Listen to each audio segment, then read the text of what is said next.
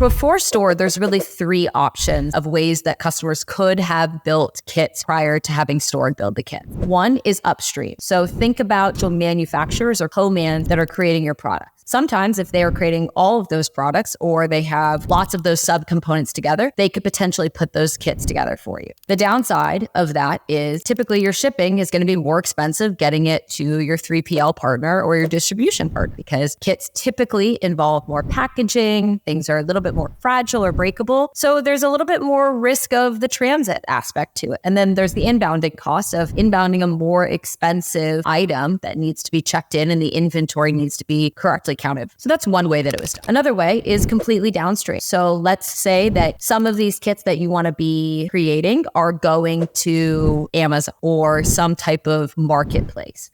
Historically, lots of consumers would have sent those subcomponents downstream to Amazon and had Amazon kit to order. So when a person purchases the item on Amazon, Amazon would put it together.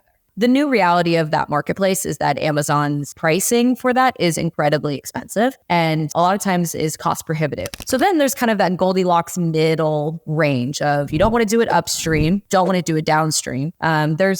There are kitting providers where you could send your inventory to a kitting 3PL. The problem with that is that once again, they're not going to be doing the end distribution to your customer. So you then have to pay for the logistics to that person and then the logistics out of that person, only for your 3PL to then be the one that sells it or distributes it to your end retailer or end consumer. That just frankly adds time and cost. And like I said before, the possibility of damages down the road. So none of those three approaches are really advantageous or the best solution. Really, the best solution is having stored your kitting in-house because then your kits don't leave the warehouses until they're ready to go to their final destination, which is most cost efficient, most efficient from an inventory perspective, as well as has a very, very competitive costing to it.